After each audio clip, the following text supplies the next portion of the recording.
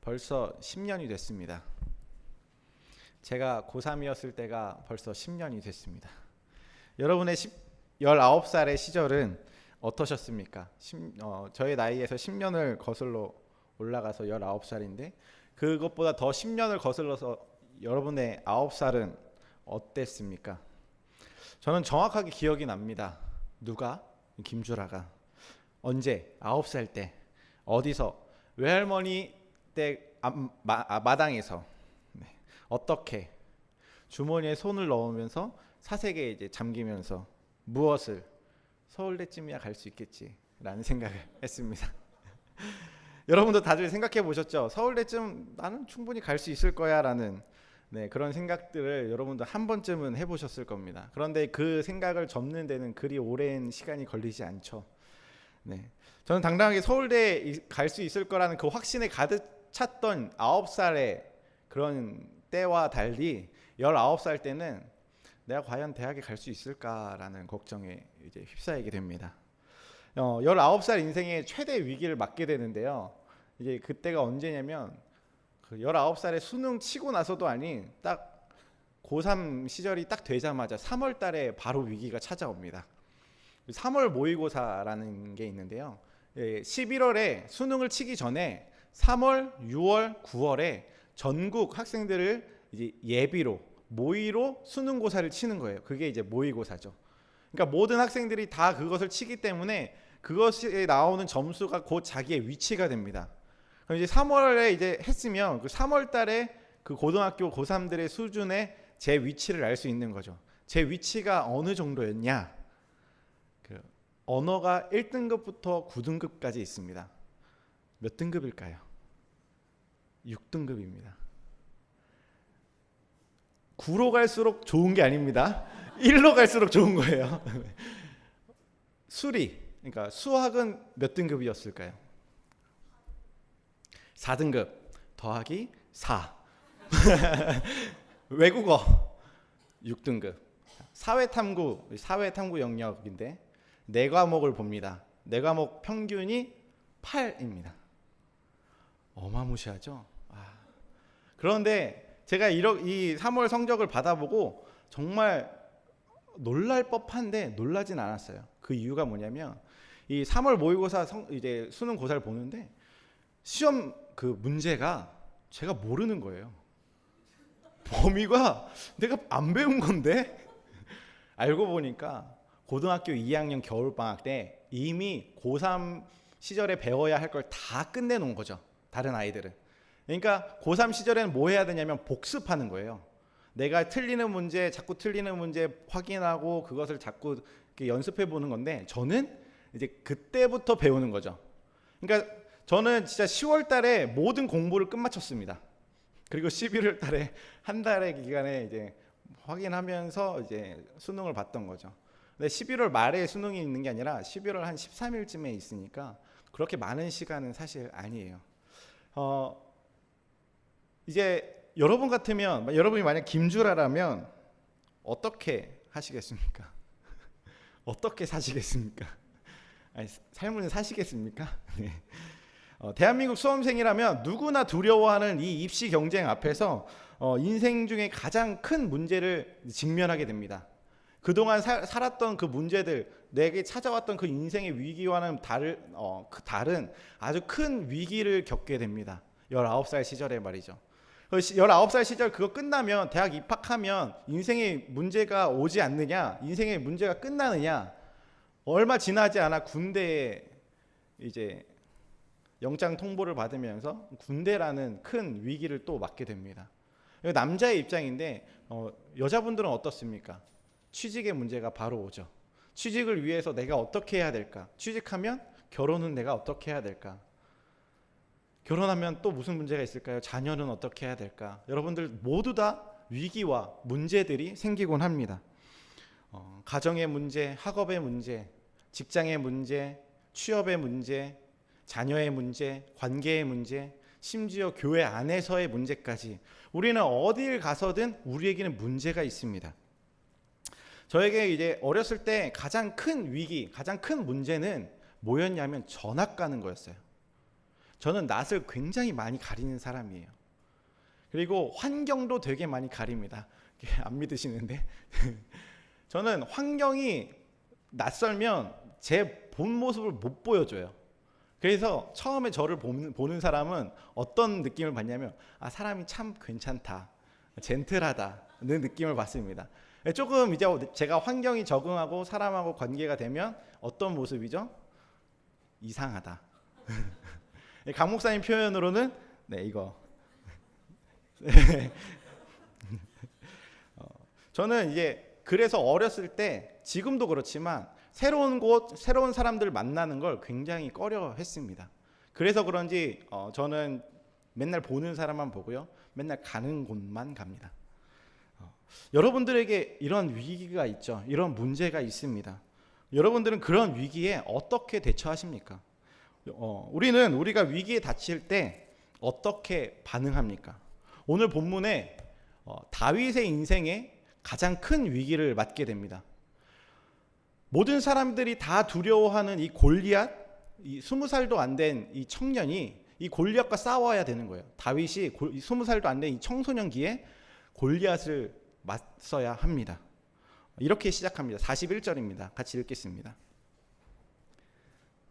시작.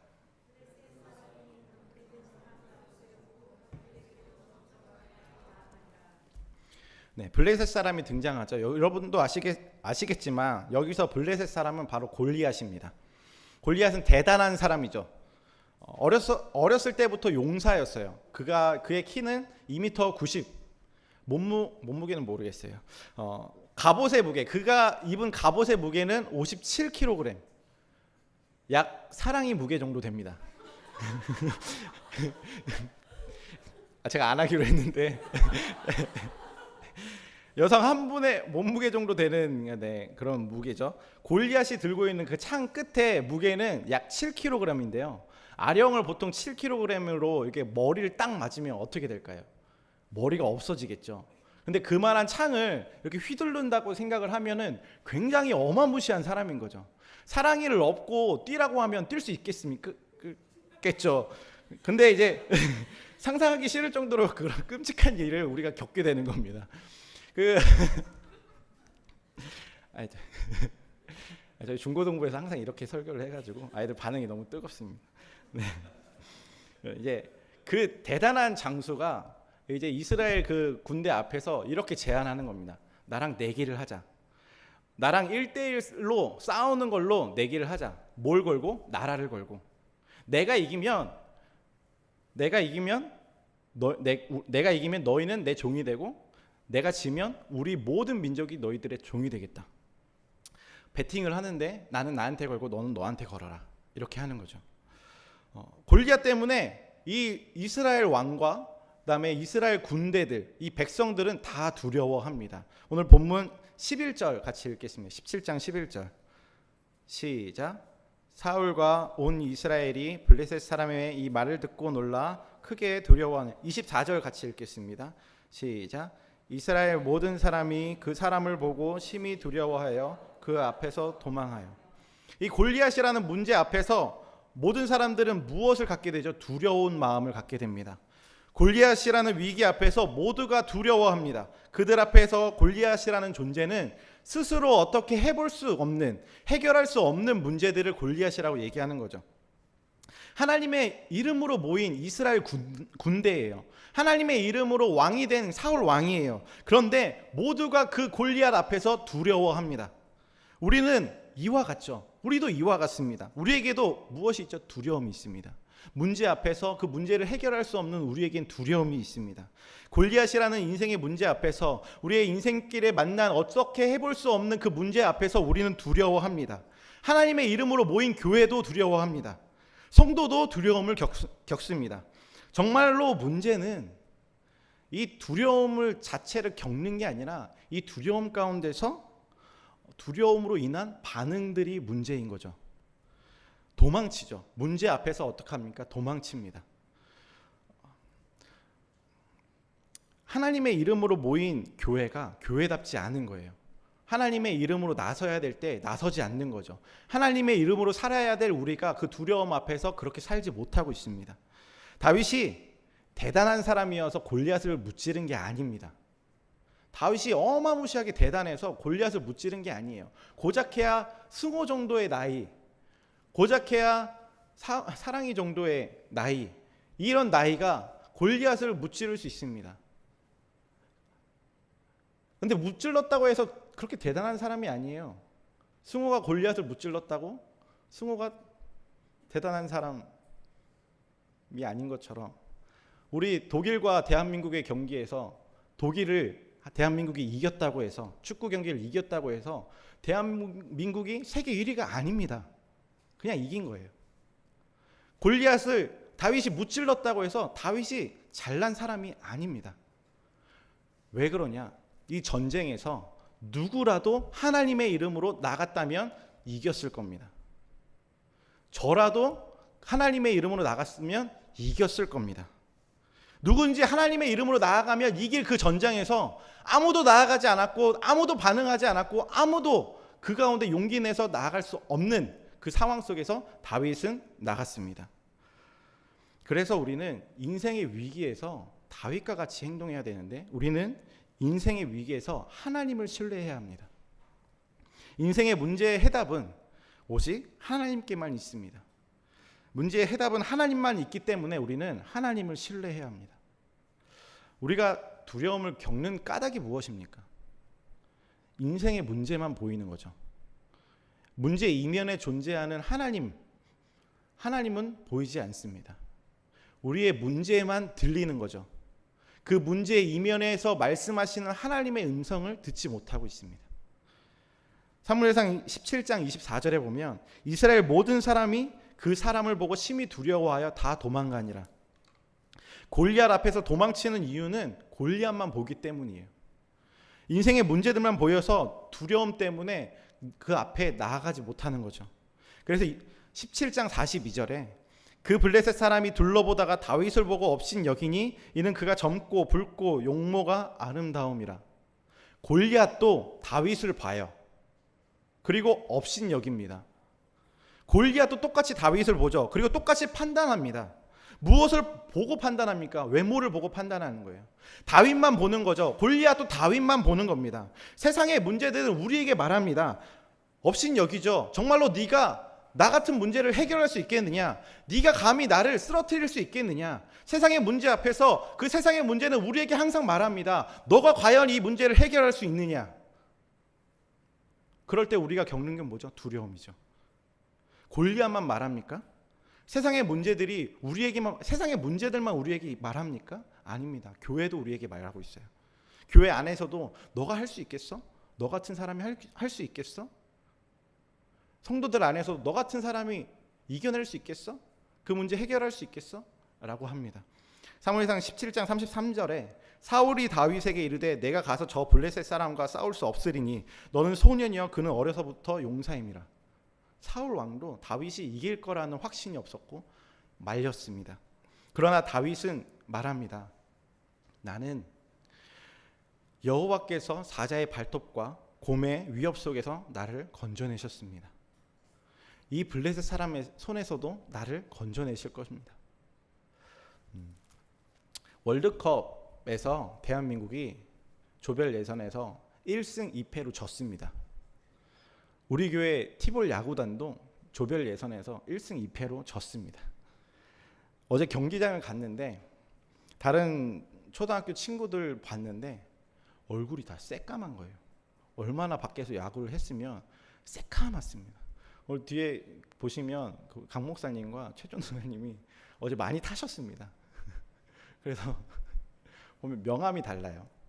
아이들 보는데 다 그렇게 타 있는 거예요. 근데 그것만 보는 게 아니라 덩치가 진짜 너무 대단했습니다. 아이들이 중학생이라고 해도 믿을 만할 정도로 이 초등학생들이 체격이 훨씬 월등했습니다. 그리고 여학생들도 굉장히 키가 크고 굉장히 운동신경이 좋아 보였어요.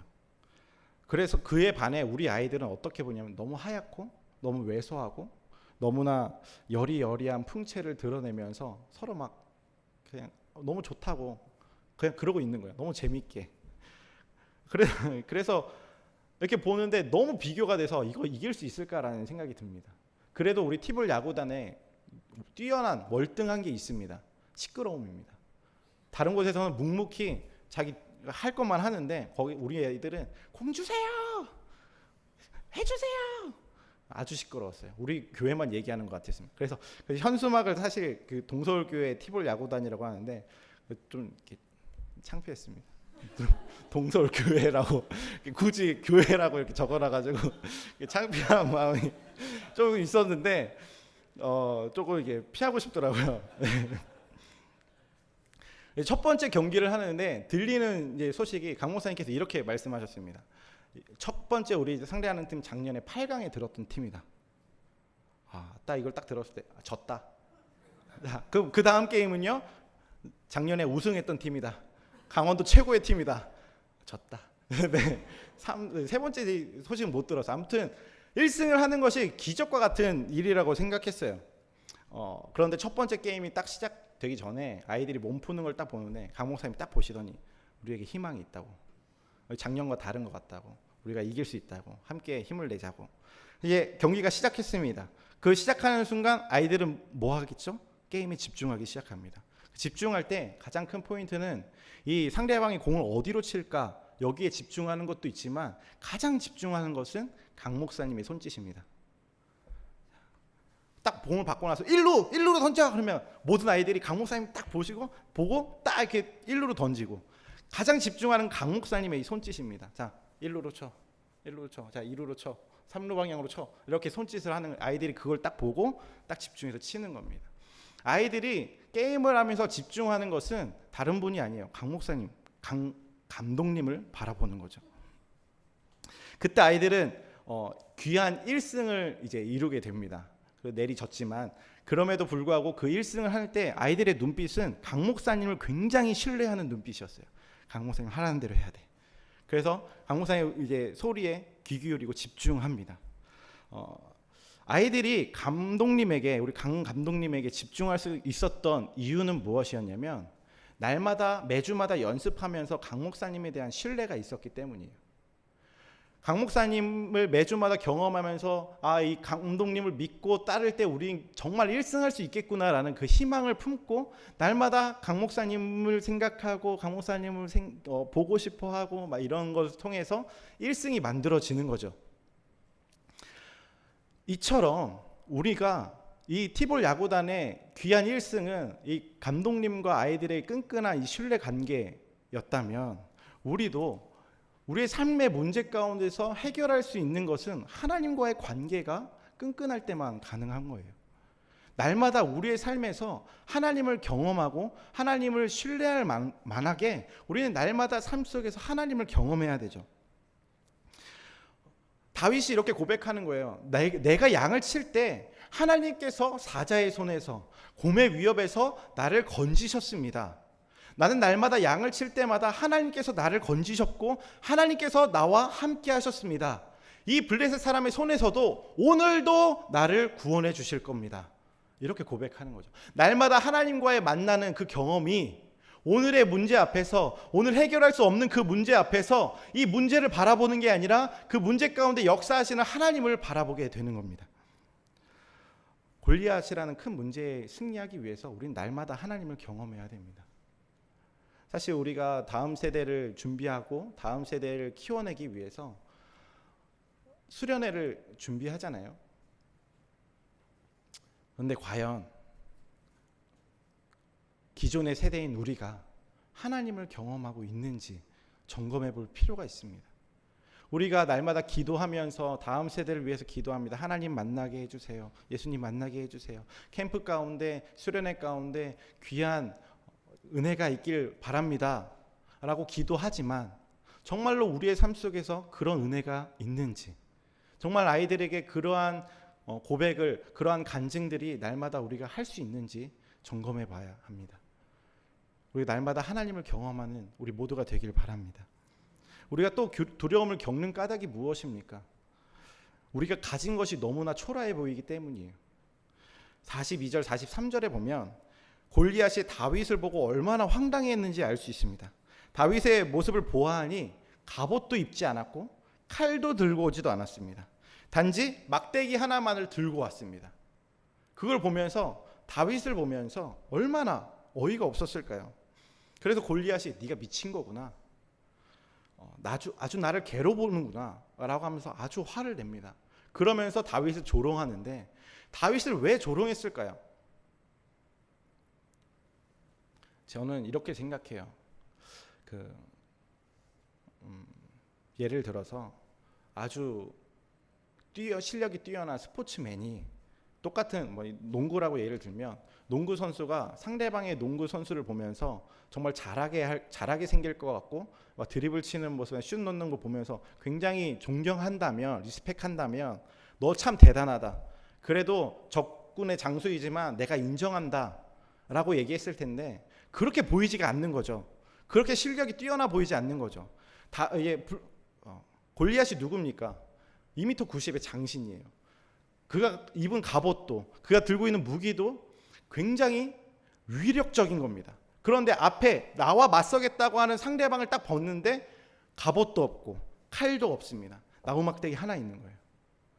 얼마나 골리앗이 자존심에 스크래치가 생겼을까요? 이 어마무시한 창과 갑옷을 두른 골리앗과 아빠 심부름 나와서 돌멩이 몇 개 주순 다윗과의 싸움입니다. 다윗이 전쟁터에 왔을 때 아빠 심부름 때문에 왔어요. 아빠 심부름 하다가 골리앗을 만난 겁니다. 상상해 보세요. 집 앞에 슈퍼마켓 갔는데 갑자기 어마무시한 골리앗과 싸우게 될 때 우리는 얼마나 당황스러울까요?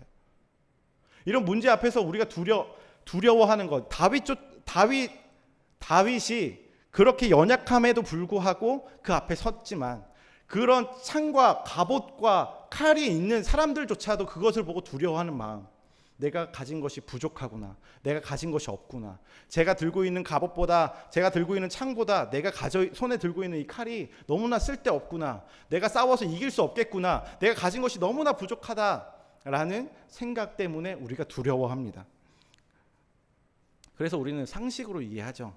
내가 문제를 해결하기보다 문제에 맞설 수 있는 더 좋은 무기가 필요해. 내가 좀 더 큰 키가 필요해. 좀 더 강한 힘이 필요해. 이 문제를 해결하기 위해선 다른 무언가가 더 필요해 라고 말합니다. 그래서 우리는 문제에서 벗어나지 못하고 있습니다. 골리앗이라는 두려움 앞에서 우리는 두려움으로 끝나는 것이 아니죠. 이 두려움이 곧 나의 무기력으로 오고, 내가 좌절로 오고, 나의 부족함으로 드러나고, 나의 연약함으로 드러납니다. 이 두려움이 두려움에서 끝나는 것이 아니라 이 두려움으로 말미암아서 나는 여전히 무기력한 사람이구나, 나는 여전히 부족한 사람이구나, 나는 여전히 절망하는 사람이구나 라고 생각합니다. 그런데 믿음의 사람은 자신이 가진 것으로, 자신이 소유한 것으로 문제를 해결하려고 하지 않습니다. 믿음의 사람은 내가 가진 것이 아닌 나와 함께 하시는 하나님으로 문제를 해결하려고 합니다. 17장 45절에 다윗이 블레셋 사람에게 이르되 너는 칼과 창과 단창으로 내게 나아오거니와 나는 만군의 여호와의 이름, 내가 곧 모욕하는 이스라엘 군대의 하나님의 이름으로 내게 나아가노라. 칼과 단창의 문제가 아니죠. 그것으로 해결하는 문제가 아닙니다. 여호와를 신뢰함으로 그분과 함께 있기 때문에 문제가 해결됩니다. 인생의 문제 해결은 내가 얼마나 더 갖춰진 사람인가의 문제가 아니라 내가 얼마나 하나님과 동행하며 함께하고 있는 사람이냐의 문제입니다. 마지막으로 우리가 겪는 문제 앞에서 두려움을 이겨낼 수 없는 이유는 방법의 문제라고 생각하기 때문입니다. 전쟁에서 승리하기 위해서는 칼과 창으로 해결해야 합니다. 당연하죠.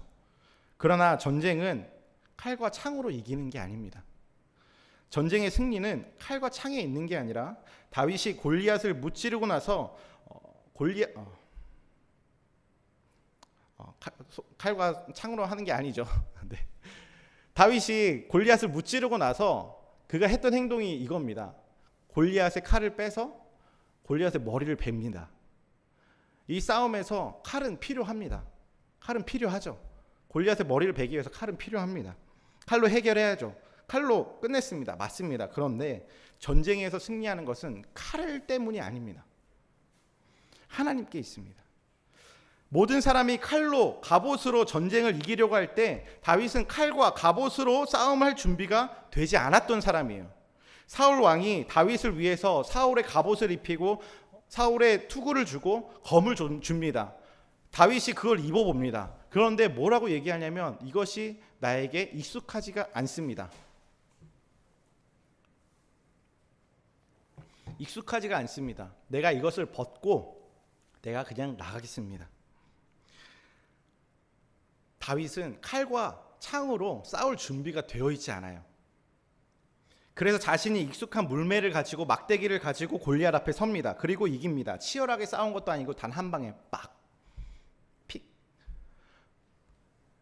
다윗은 승리의 여부가 자기에게 달려있는 것도 아니고 칼과 창에 있는 것도 아님을 알았습니다. 골리앗을 이기는 것은 방법에 있는 것이 아니라 하나님께 달려있음을 알았습니다. 47절에 또 여호와의 구원하심이 칼과 창에 있지 아니함을 이 무리에게 알게 하리라. 전쟁은 여호와께 속한 것인즉 그가 너희를 우리 손에 넘기시리라. 다윗은 골리앗과 싸우려고 전쟁터에 온 게 아니에요. 아빠 심부름 때문에 왔습니다. 그런데 골리앗과 대결을 하게 되고 이기게 됩니다. 골리앗은 무엇입니까? 갑자기 나의 삶에서 당황하게 만드는 문제들이죠. 내가 준비가 되지 않는데 나에게 문제가 찾아온 겁니다. 아주 갑작스럽게 만난 크고 대단한 위력적인 문제를 만나게 되는 거죠. 삶에 아주 큰 위기가 갑자기 우리 눈앞에 마주하게 됩니다. 아무런 준비가 되어 있지 않았고 아무런 문제 해결의 방법도 나에게는 갖고 있지 않습니다. 그럼에도 불구하고 하나님을 신뢰하고 있기 때문에 해결할 수 있었습니다. 승리할 수 있었습니다. 우리 눈에는 골리앗이 대단해 보이죠. 대단히 준비되어 있고 대단히 강합니다. 우리 눈에는 다윗이 용감하죠. 아무것도 갖고 있지 않은데 막대기 하나 들고 그 앞에 선 것 자체만으로 용감하다고 생각합니다. 나위도 안 되고 능력도 안 되고 키도 안 되고 힘도 안 되고 체격도 안 되고 심지어 칼도 못 쓰고 창도 갑옷도 못 입습니다. 아무도 나서지 않는 이 상황에서 골리앗 앞에 섰다는 이 다윗은 굉장히 우리에게 용감해 보입니다. 그런데 정말로 용감한 것은 다윗이 아닙니다. 골리앗입니다. 여호와 앞에 당당하게 선 골리앗이 용감한 거죠. 정말로 대단한 건 다윗인 거죠. 정말로 대단한 사람은 다윗입니다. 그래서 오늘 설교의 제목은 용감한 골리앗과 대단한 다윗입니다. 우리가 볼 때는 우리가 외적으로만 볼 때는 대단한 골리앗이죠. 그 앞에 선 용감한 다윗이죠. 그러나 그 문제에 믿음의 눈으로 바라보면 대단한 다윗이고 용감한 골리앗입니다. 이스라엘의 통치자는 하나님이십니다. 사울이 진정한 통치자가 아니죠. 이스라엘 군대가 진정한 통치자가 아닙니다. 하나님께서 인정한 바로 그 사람이 하나님이 인정한 그 사람이 이스라엘의 왕입니다. 이스라엘의 진정한 왕은 하나님의 뜻대로 하나님의 방법대로 하나님의 대리인으로 통치하는 사람입니다. 사울은 하나님의 이름으로 골리앗 앞에 서 있어야 돼요. 싸웠어야 되는 사람이에요. 왕으로서 하나님의 이름으로 싸웠어야 하는 그 사울은 싸우지 않았죠. 진정한 왕이 아니죠. 하나님이 인정하는 왕이 아닙니다. 하나님의 통치를 보여줘야 할 그 위치에 있었지만 사울은 보여주지 못했습니다. 그렇다면 진정한 왕은 누구입니까? 다윗입니다. 하나님의 이름으로 하나님의 방법대로 승리할 수 있는 이 다윗이 하나님께서 인정하신 이스라엘의 왕이죠. 그래서 다윗은 대단한 사람인 거예요. 다윗은 한 나라에 하나님의 이름을 걸고 통치할 수 있는 왕이기 때문에 대단한 사람인 겁니다. 우리 눈에는 대단한 골리앗과 용감한 다윗일지라도 믿음의 눈으로 다시 한번 보시길 바랍니다. 정말로 우리에게 도전하는 그 문제가 용감한 거예요. 우리가 정말로 대단하기 때문에 그것은 아무것도 아닙니다. 그런데 대단한 이유는 우리가 하나님을 신뢰하고 있기 때문입니다. 명량이라는 영화가 있습니다. 이순신 장군의 명량해전을 배경으로 만들어진 영화죠. 이제 그 영화가 진행되다가 마지막 명량 해전을 앞에 두고 막 치열하게 싸우는 그 과정 가운데 이제 이렇게 질문합니다. 아들이 이렇게 질문해요. 아버지, 우리가 전쟁에서 승리할 수 있겠습니까? 그때 이순신 장군이 뭐라고 말하죠? 만일 그 두려움을 용기로 바꿀 수 있다면 말이다. 이렇게 합니다. 만일 그 두려움을 용기로 바꿀 수 있다면 우리는 승리하게 될 거다라고 말합니다. 그래서 그 두려움 가운데 이순신 장군은 그 앞에서, 무리들 앞에서 열심히 그 자리를 지키고 결국엔 승리하게 되죠. 사실 우리는 하나님의 이름으로 모인 교회지만 문제들 앞에서 벌벌 떠는 이스라엘의 군사들과 다름없습니다. 우리는 문제들 앞에서 두려워해서 항상 피하고 그걸 해결하지 못해서 막 아둥바둥 거리고 있잖아요. 우리는 다윗이 아니에요. 우리는 이스라엘 백성들, 두려워 떨고 있는 사람들입니다. 그 문제 앞에서 우리는 두려워할 수밖에 없고 좌절할 수밖에 없습니다. 우리는 그런 사람들이에요. 그러나 우리는 기억해야 합니다. 우리에게 보내주신 다윗의 후손을 기억해야 돼요. 이스라엘에겐 다윗이 있었다면 오늘 우리에겐 다윗의 후손이 계십니다. 바로 예수 그리스도죠. 그분은 큰 문제들 앞에서 우리가 해결할 수 없는 죄악의 문제를 해결하신 분입니다. 우리가 생각하는 방법으로 해결하신 게 아니라 하나님의 방법으로, 하나님의 십자가의 방법으로 해결하신 분이죠. 하나님의 방법으로, 하나님의 이름으로 하나님과 함께 극복한 분이십니다. 그분은 예수 그리스도십니다. 우리의 모든 문제들 가운데서 우리에게 사실 이미 해답을 주셨어요. 그것은 십자가입니다. 십자가의 복음이 우리의 모든 문제들을 해결하게 합니다. 십자가로 섰을 때 우리가 모든 문제들 앞에서 십자가로 나간다면 우리는 어떤 모습이냐면 그 대단하게 보이는 그 골리앗 앞에 아무것도 지니지 않은 다윗의 모습과 같은 거예요.